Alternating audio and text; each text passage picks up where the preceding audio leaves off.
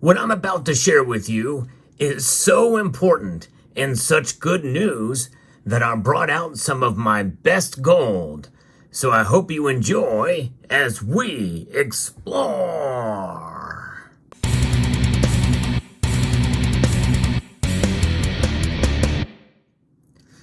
We have been enjoying some amazing activity in the gold market as of late. This year has been pretty amazing, but so has last year for gold too. You know, it's pretty interesting to see gold's price go up and break all-time highs in terms of nominal price. Now, still has a way to go to reach an all-time high when adjusted for inflation, but in reality, you know, it's good news all the way around because gold is doing what it's supposed to do. It's acting as a wealth preserver, and it's acting as a preserver of economic instability, providing stability in an unstable world, not just economically, but also geopolitically.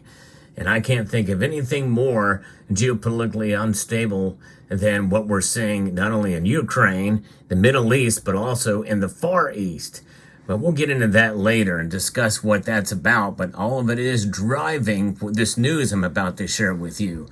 I'm going to be reporting from a piece from Jan Nieuwenhuis that I will link in the description below. I rarely do that, but I want you to see some of these charts because I'm not going to actually show the charts here. It's not too often I do that anyway because I think there's more. I think we can get to kind of bog down in the charts, but this is something that is quite amazing and deserves to be looked at in detail on your own.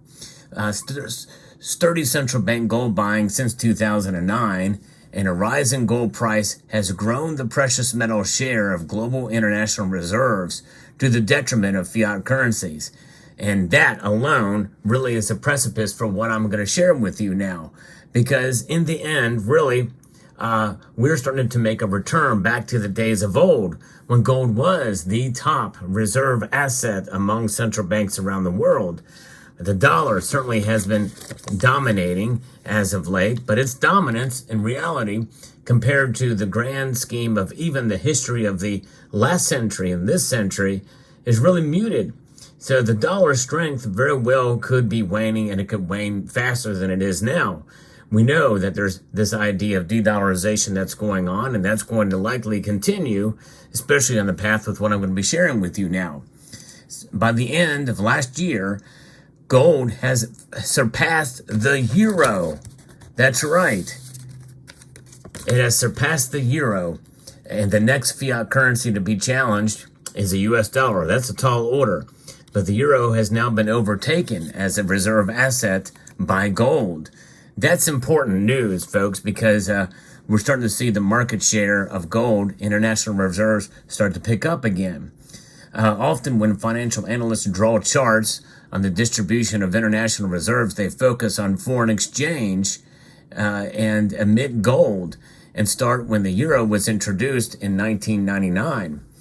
So if you look at the charts and based off the dollar's total share of total reserves appears to be falling, albeit slowly.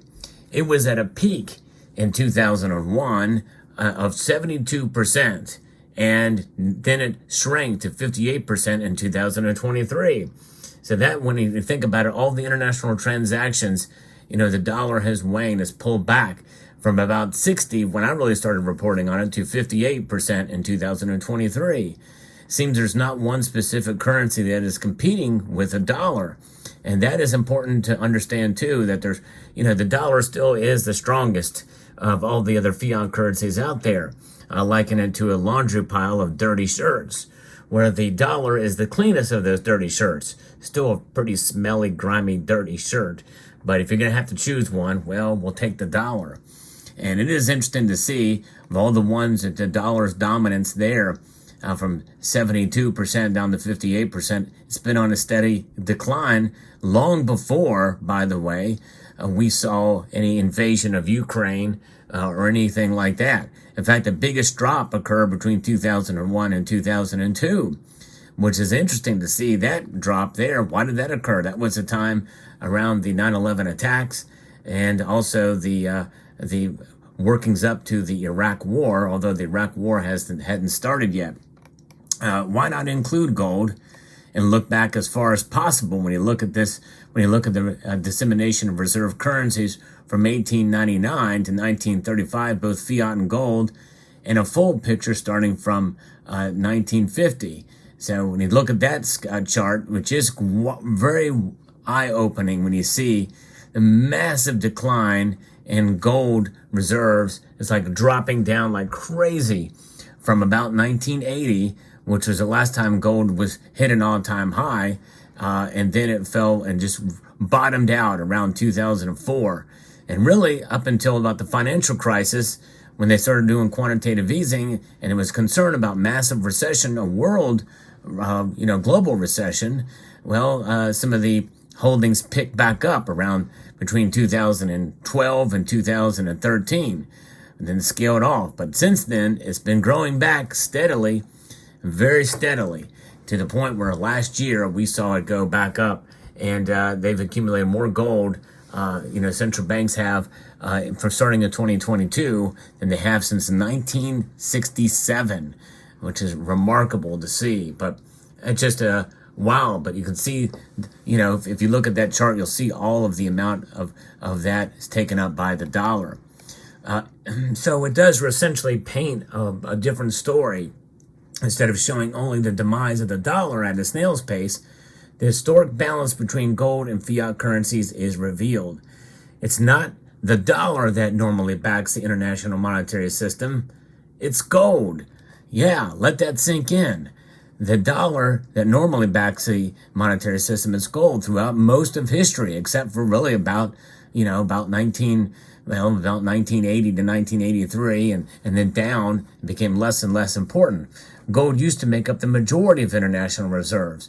Even when sterling was said to be the world reserve currency before the dollar, in a chart covering more years, but only gold and the dollar, the latter's reign becomes more relative. When we see gold share, especially over the course of that time, compared to the U.S. dollars, it's really only until recent history that we've seen it move in the opposite direction. The dollar really kind of flipped over at any grand scale at around 1990 is when it started to really make that switch where the dollar was going up. And now they're at a point now to start to converge. They are heading in the direction where they're going to come and cross streams again. You've heard the saying from Ghostbusters, don't cross the streams. Well, it makes you wonder. And by the way, speaking of crossing the streams and wonder, you're probably wondering, what is this gold coin right here that I'm not showing? Stay tuned to the end of the video and I will show you. You've probably been wondering as you're watching this, but yes, I will reveal that, so stay tuned. By the way, if you enjoy content like this where I show some pretty gold and currencies and other items and the information I provide here, I hope you will consider pressing that thumbs up button and subscribing if you find value in the content that I provide here. Now, we know that the dollar share of total reserves has fallen, of total reserves to 48% in 2023, caused by declining trust and credit assets. It's compared to everything else. But it's 58% of the total reserves there, but due to the worrying asset bubbles, escalating wars, and fear of inflation, while gold is making ground. In fact, I think that may be a typo. I think it meant to say 58% there, because that's what it's shown above. So on calculations of official gold reserves that include covert acquisitions, and we really don't know those, it's speculative, by the Chinese central bank, gold's percentage of total reserves reached 18% in 2023, up from 11% in 2008. Gold has currently surpassed the euro, which got stuck at 16%. As the problems haunting fiat currencies won't fade anytime soon, it's possible gold will overtake the dollar as well in the decade ahead. That's right. That's kind of a pretty bold move to say that within 10 years, gold's going to overtake the dollar and become the top reserve asset yet once again. But I tell you what, as quickly as things turned from about 1983, because that's when it really dropped in 1982, down to 1998, well, that's really when the dollar really dominated and overtook. That's a little more than 10 years, but if we see it move in the opposite direction, and it's not on scale right now to do that, but it is quite possible that that could occur. He has a separate piece on that, but I won't go into that here, but it's pretty amazing to see. And, looking at this, the way gold has played a role in international reserves throughout history, it's really only recently that the dollar has. And I think that's pretty amazing. But gold and the dollar and the euro, these are the top 3 assets in the reserves of central banks around the world. 2, paper, essentially, cotton, linen, fiber for the dollar. And then there's gold. Which do you prefer?